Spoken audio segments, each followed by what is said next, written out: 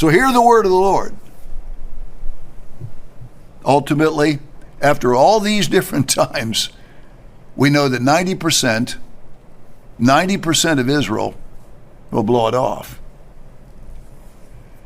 That's why I'm often comforted when I see people who understand this kingdom is set up and no other church on the face of the earth has or ever has, does or ever has understood it.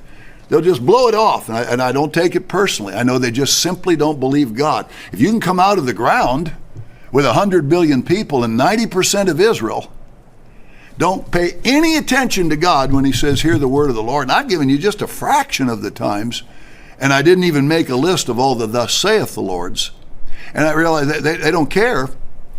They're just gone. You know, we have modern scoffers today. We know they're going to be scoffers in this kingdom.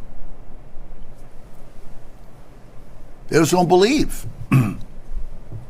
Mr. Armstrong used to say 90% of you don't get it. So usually he'd say 50%, and then sometimes he'd say 90%. I've told you this many times. You old timers remember it.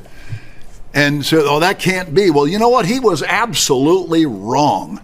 Over 99% of the people in the worldwide Church of God, I'm not counting the 35,000 who had left before Mr. Armstrong died, 35,000 in his lifetime.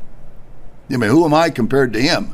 So we're going to see people leave. But then when over 99% gave up either everything, about 80%, or 19+% gave up most things and scattered into 400 groups.